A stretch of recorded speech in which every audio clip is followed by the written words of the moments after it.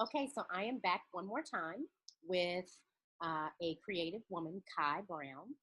In full transparency, I've known her for half of my life, so probably most of the stuff I'm going to ask her, I already know the answer to, but that's okay. I want her to tell the world that I'm sharing this video with. So, Kai, thank you very much for participating in my project.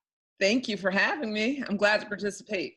Yes, I appreciate you giving me your time and giving me your information. And of course, I know you're going to bring the energy, bring that Wilson Tiger cheerleader energy to the screen. All right. So, as I have done in the past few videos, I am taking the opportunity to interview women who are creative. Because my focus is art history for this program that I'm in, of course, I want to look at artistic women, but in the broader sense, women in creativity are problem solvers and they prevail. And I want to hear how, in 2018, contemporary women use artistic endeavors and creativity to solve problems and accomplish their goals. So that's brought me to this project, Seven Simple Questions for Creative Women. And today, my creative woman is Kai. All right, so let's to start off with the first question. Kai, give us an idea of who you are in the arts. What do you do as a creative woman today? So I thank you, first of all, for having me and for allowing me to participate. I think that this is important and very relevant. I work in television. Currently, I am the director of marketing and creative operations for Top 20 cable network. And I have to be creative to cut. I bring all the people together to make sure that as a company, we are all aligned and we know what the creative goals are, that we are speaking the same language. I specifically, I work in the team I work with is called Brand Creative. And we are responsible for promoting the network, promoting the shows, et cetera, coming up with all the graphic design, all of the on-air promotions now, social media and digital promotion, all of the print creative. And so we make sure that I make sure the entire company knows where we are, knows our timelines, and that my team knows our timelines as well. So I work with creatives. So I'm a creative operational person. Gotcha, gotcha. Okay. So I always want to start with the current where you are, and then I want to look back. Tell me a little bit about how you got here. What was your trajectory, your training, your knowledge growing experience, education, previous jobs? Tell us about your background. So interestingly enough, in college, I have a Bachelor of Science in psychology. I wanted to save the world. However, I I was involved in theater. I wanted to be in front of the camera.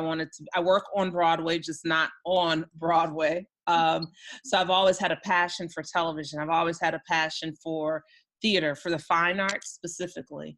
I decided in college that I want to really pursue, not save the world through counseling. I'm too much of an empath.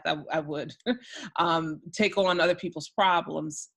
But I figured to make people happy, I wanted to be involved in the media arts. And so my career, I started as a creative writer and producer. And I've done everything. My career started in news. I've done everything from news, corporate television, all of the live television specials like the Oscars and the Emmys. And currently I work for, like I said, a Top 20 cable network. And I started in that on that team as a writer producer, creating the content, getting drawing on the emotion of our viewer to make sure that they tuned in. And then as time progressed, I was a production / creative director for my team. And then I started falling in love with marketing. even more so, even more specifically, the science of marketing. So I guess that psychology never left me. And so, but you mentioned something earlier, creative women, we are problem solvers. Mm-hmm. And I often say that in production management and in creating, for creating the marketing campaigns, you have to be creative in production management. And I tell that to the junior team members and the team members who are more on the project management side, that your team members may want to create a campaign that's worth $3 million, but all you have is $3. So you have to be creative to figure out how to make their vision come to pass. And currently, my title is Director of Creative and Marketing Operations. So I love helping the vision become a reality and making sure that that we are all speaking the same language. Okay. So let's think about we're still looking back in the past. Let's think about as you were getting prepared for where you are today. Think about the various roles that you just described to me. Do you think back now and see differences in your experiences than possibly what could have been experienced from your male counterparts? Do you see a difference in you as this woman in these various roles, working on the Oscars and things when you were out there in LA? Do you see differences in how you experienced the work that you did and you got involved in the work that you did versus looking at maybe your male counterpart? Yes. In several different ways. As a woman of color, and I like to use, and when I'm speaking with younger people just starting out, and even when I do public speaking, there was one position, one of my first jobs, I experienced every ism possible, from sexism to racism to ageism. I was the youngest person there. So me in 2018, as opposed to me in 1998, and women generally, I'm very thankful for the Me Too movement. Certainly I have experienced, I wish I knew then what I know now. Not that anyone necessarily took advantage of me, because I'm not a tall person, I'm a mouthy person. And so I always kind of stood my ground to a certain extent. However, there were things that were said to me or other women.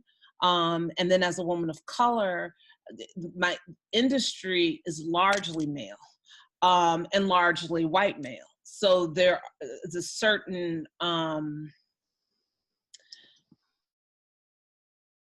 confidence that I have now that I didn't have then. And I think a lot of women in my field, now there are those of us who we would kind of meet together and say, okay, this isn't right. They need to know that they can't handle you that way or speak to me that way. And so certain conversations or certain responses to comments, I have made that transition. I think initially when things happened, for instance, for that same job, one of my earlier jobs in my career, I was the only Black woman, and I was on camera as well as behind the scenes. And so I did my own makeup because they didn't have people who knew how to do darker complexion women. So I did my makeup, and then I also, because I was producing and on camera, but I would have to do some of the other team members' makeup. And a colleague said to me, Kai, they'll make him look like a little colored girl.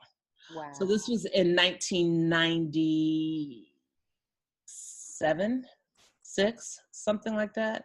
And I was so taken aback. I could not believe that and I didn't even have a response. I just ignored it.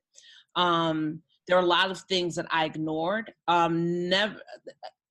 a couple of sexual innuendos when I became older, when I got older, and with Black male counterparts, even supervisors, some of the things that were said, again, I was like, okay, I can't believe they just said that. Right. Now, definitely, and then that particular vice president, this was further on, he was reported for sexual harassment. So the company that I worked for at the time, that particular people started reporting people more for sexual harassment, whether things were done or not.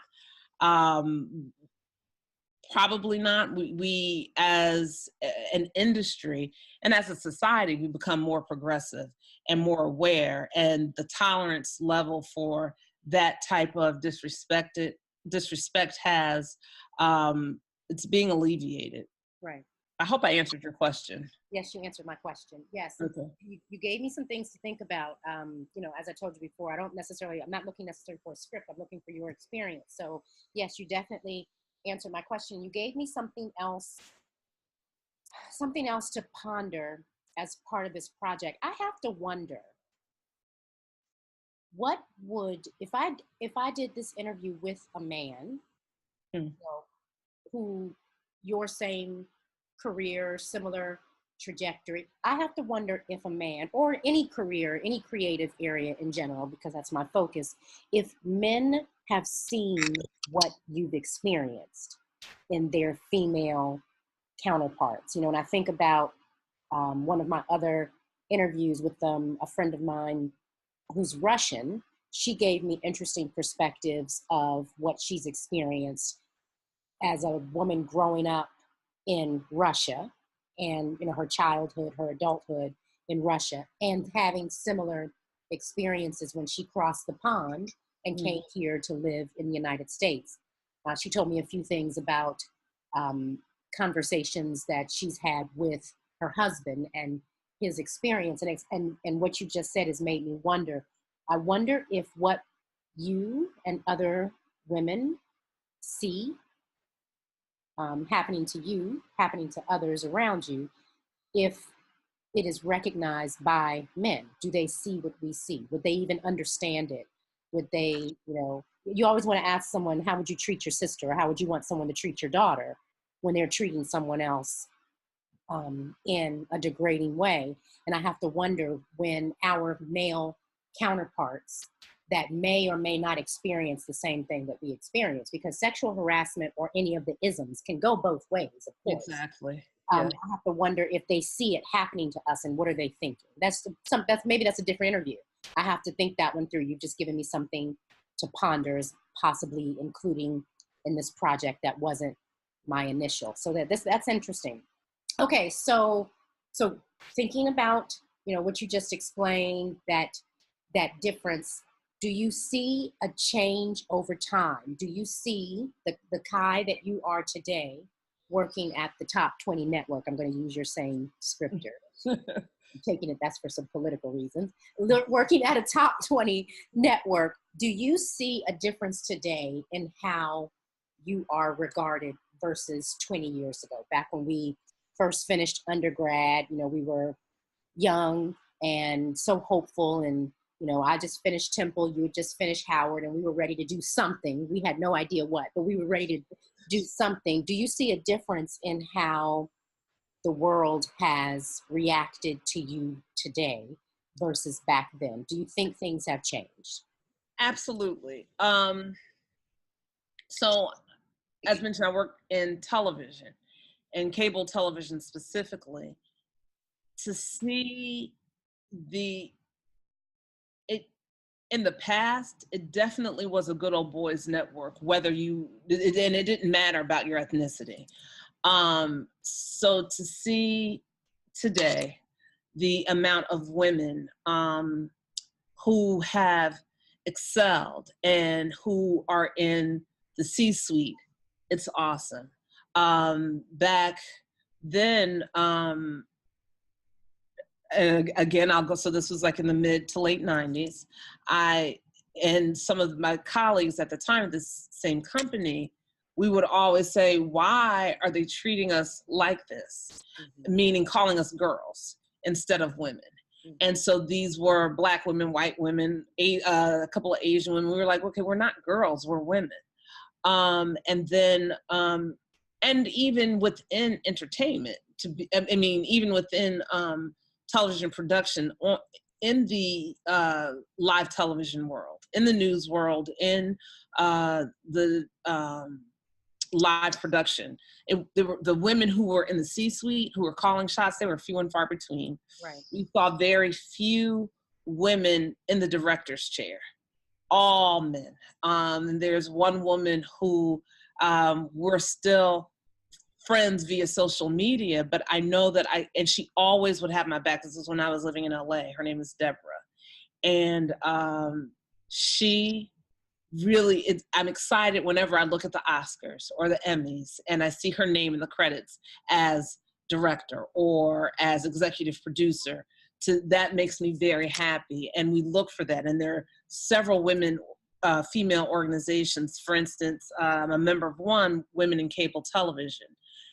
I get so excited to see the camaraderie and the sisterhood with women in my industry and seeing us climb the ladder. It's exciting. I get super excited when I see women who are presidents of companies or SVPs, and whether that's cable or broadcast television, it really makes us all so excited, and we kind of give each other a high five.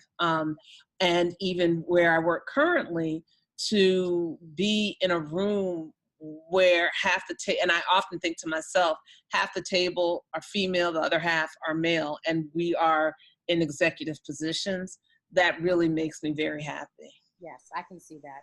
You know, you bring up something that's interesting, the construct of girl. That construct is very interesting. I hear it, you know, in my world, where women are referred to as the girls, or depending on the part of the country I'm in, the gals. You know, I think that one too. And I'm like, really? Y'all didn't know we crossed the bridge into 2018. We're not gals anymore. But, you know, I hear that. And it never ceases to amaze me that people don't hear themselves. They don't hear what they sound like, and they don't hear the box they're putting themselves in when they don't recognize what they sound like. So that's interesting. That's one of those ones. Again, that might be another project that I'll do an investigation on. Okay, so you've seen that difference. You've seen the difference of women into the C-suite and having these roles of director and it being more prevalent, whereas it was sprinkled in back then. Today, it's the seasoning in the pot. It's not just a little dash of a seasoning. It's actually the seasoning in the pot. I think it's really interesting that you can sit at the table, so to speak, and see a half and half split. That's very uplifting. So you've given me a vision of your past. You've given me where you are right now and how that past brought you there. I want you to think forward into the future.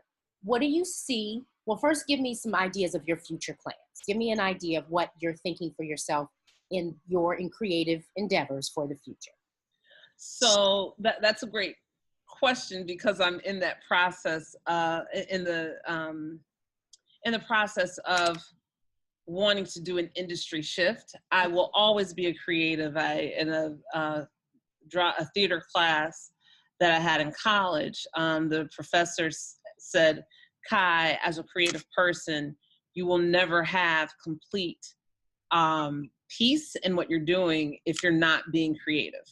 So with that said, however, I'm older and I've had life experiences, and given the climate of the world now, on every front, be it healthcare, be it poverty, even politically what we're experiencing, race relations, it has become a passion of mine to follow those things that pull my heartstrings. So passion projects that I may have outside of my company, I definitely am looking to take the creative and everything that I've done in entertainment and everything I've done with television, and for my current company, I've been there for quite some time, I will be using that towards, I would say, the greater good of different social issues. So whether it's working for the AARPs of the world or the MS societies of the world.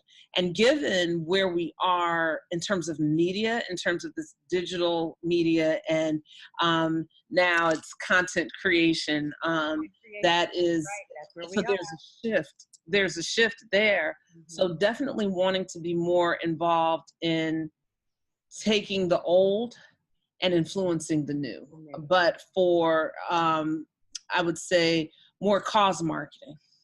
Oh, okay. Okay, tell me a little bit about that. I know you've told me some things of your future state, but tell me more about that one. That's new. So, for instance, I'll say with healthcare. Healthcare, while it is to help the patient, it's also big business. And there's a sense of having patient engagement. There's a field within healthcare about patient engagement and empowering people. But the way that we consume information, we're always like this, always on our phone. Okay, our attention spans are so short. Because I've been in on-air promotion and I'd have 15 seconds, 10 seconds, 30 seconds to let people know where to tune in, date, time, but give them something that pulls their heartstrings. That's important in getting people to know that, okay, you gotta do preventative health care. And how do I get that message out to the general pop? And then say people who are retiring, I'll be retiring of retirement age in, I don't know, maybe 20 years from now. Right. Let's say the lottery.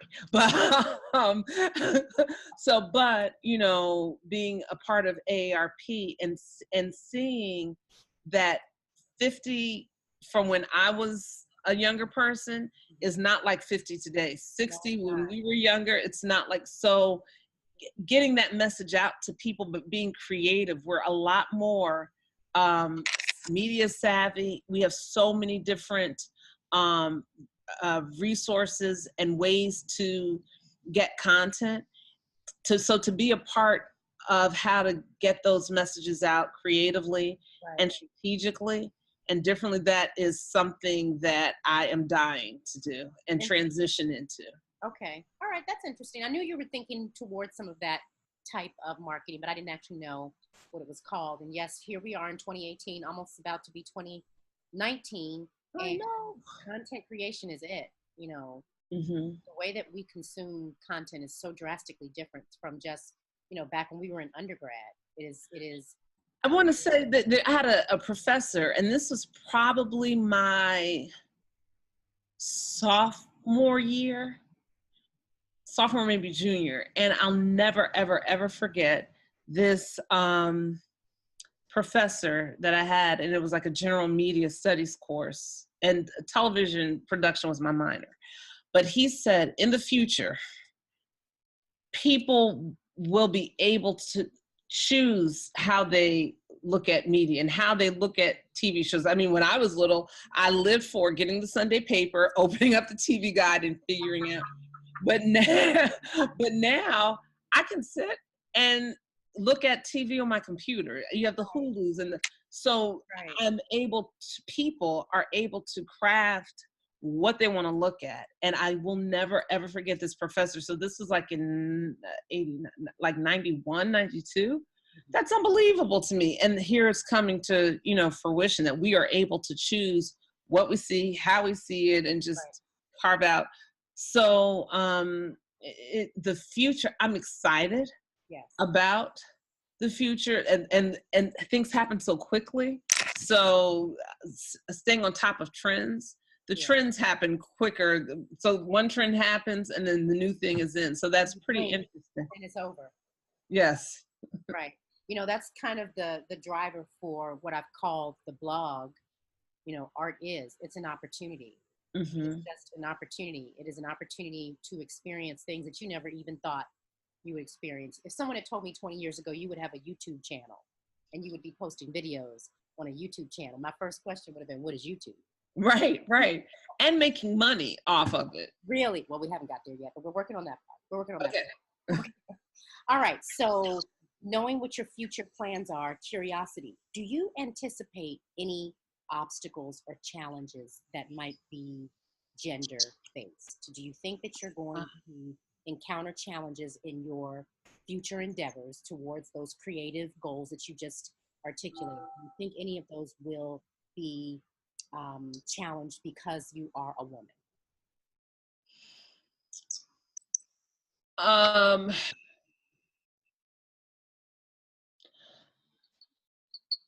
so in this, it's hard for me to have this conversation as just a woman. So I have to include the fact that I am an African American woman, and I have to include the fact that I am not a 20-year-old African American woman. Right. So in the future, that question is twofold. So certainly there could be hindrances, but meaning it's, even though women, we've made strides, it still is a good old boy. There's a whole club or fraternity of males.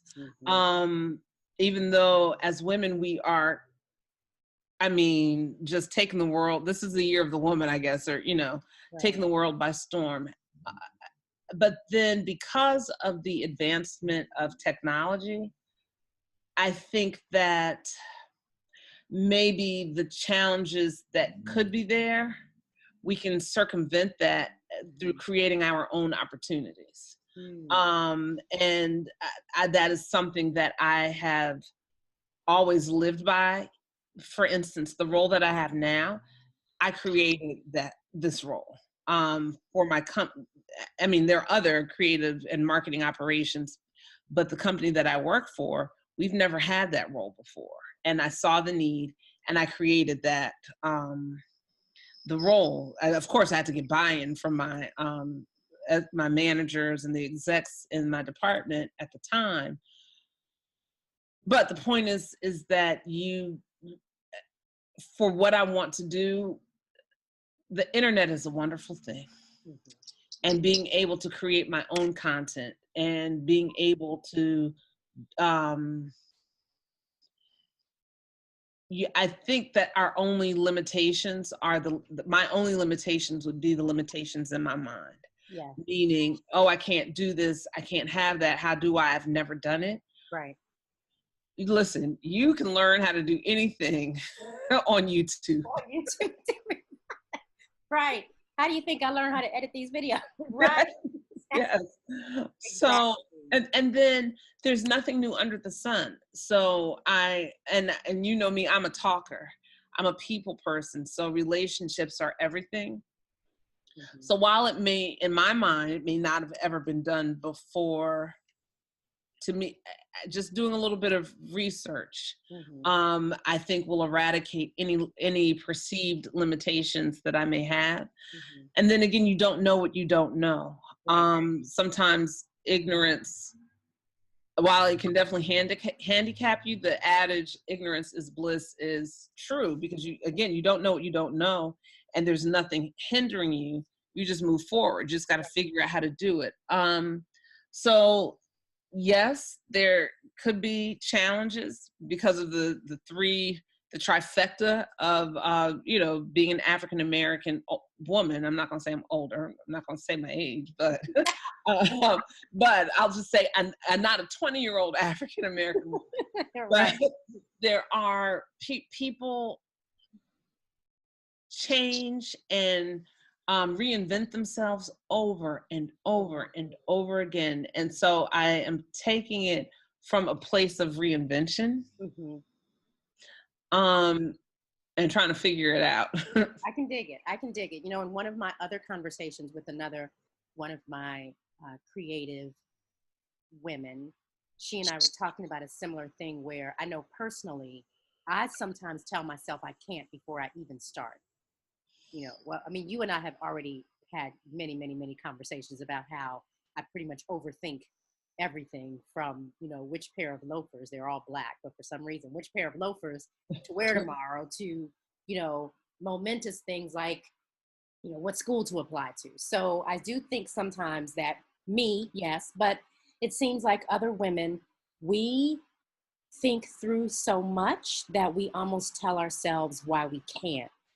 Okay, I want to say a couple of things. So one, my fiance always says, okay, Kai, just do it. You're overthinking. Right. But I think that's a male construct. I was looking, there's a show on NBC called I Feel Bad. And the woman, she is the only woman in her, she's a designer or something. And the guys who report into her were like, okay, you women, you all overthink things.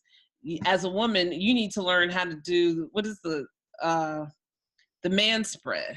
So just take up that, sit down and do what you want to do and just do it. Don't overthink it. Right. Men don't ask permission. They just do. They just do. Mm-hmm. And so, and it's more than leaning in.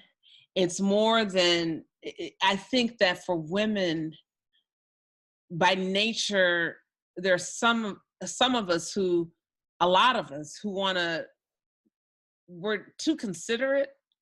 Not that we should be buttholes, but we are always concerned about the greater good. Yes. And to the detriment of our needs. Yes. So I and what I mean by that is, I think that we still should be concerned about the greater good. Like I think of President Bush, who just passed, hearing the stories about him and about his life. And now politically, there are certain things that I of course I don't agree with, but then just hearing the character of the man, I'm like, wow, okay, he handled his business. He was not apologetic about the things that he thought was right, whether he was right or not. But that's just not a President Bush. There are a lot of men who do that. One of my colleagues, this is a conversation for another day, but I trained him and I saw him come into our team, and he's been promoted. He's now a VP, et cetera. But he makes decisions, and I'm like, really? And then another colleague of mine, a woman director, we were in my office, and she was just like, yeah, he wants to do blah, blah, blah. I'm like, that doesn't even make any sense. She was like, I know, but this is what he wants to do. I'm like, well, he can't do that. And again, I'm a loud talker. I will shut him down every single time. So generally he does stuff and he doesn't even come to me or consult with me because he knows that mostly I will say, okay, that's stupid. That doesn't make any sense. And that does not serve our team. So at the end of the day, the point is that as women, I think we should be bolder and not be apologetic for our boldness, and that we need to man spread. Now that is a perfect segue to my last question. What would you tell your younger self?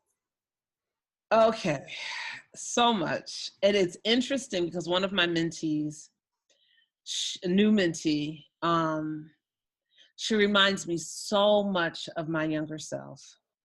And I often tell her, I was like, wow, I am talking to me at your age. And she is 20 years younger than I, exactly, almost to the date, sort of, a couple of months. But I would tell the younger me, you are worthy, your thoughts matter, your opinions matter. Don't be afraid. And as I said before, be bold. And just go for it. And you're not less than. Yes. Yes. Yes. And it is unfortunate that we are at this prime age. I won't say the age since you don't. Yes. But we're no longer 20. It's unfortunate that we're at this prime age, and that is when we realize these things. You know, everyone that I've had this conversation with thus far, I've asked them this same closing question. What would you tell your younger self. And one other thing, and this is the For you. thing that I tell my mentee all the time, I'm like, it's really not that serious. Like, don't stress out about nothing. Like, okay, so what you're stressing out is nothing. You're creating a problem before it even, and I mean, I still do that. Like, think, okay, I can't do this. What if this happens? What if forget Right. the what ifs, just do. Forget the what ifs, just do. Okay. So you would tell your younger self that. I appreciate that because I need to hear that. I mean, you know, you and I talk all the time. So I definitely need to hear that sometimes. I appreciate that. Okay, well, Kai, I also appreciate you for giving me your time on this Wednesday, late afternoon, early evening. I'm sitting here in Tennessee in a hotel room, and you're sitting there in New Jersey in your apartment. Isn't technology wonderful? Who would have ever thought? Absolutely wonderful. I love it. And I'm like, oh, we got to talk like this more often. Oh, no, this is great. It's better than FaceTime because we can record it. Thank you so much, and I will speak with you soon. Okay, thank you. Bye-bye. Bye.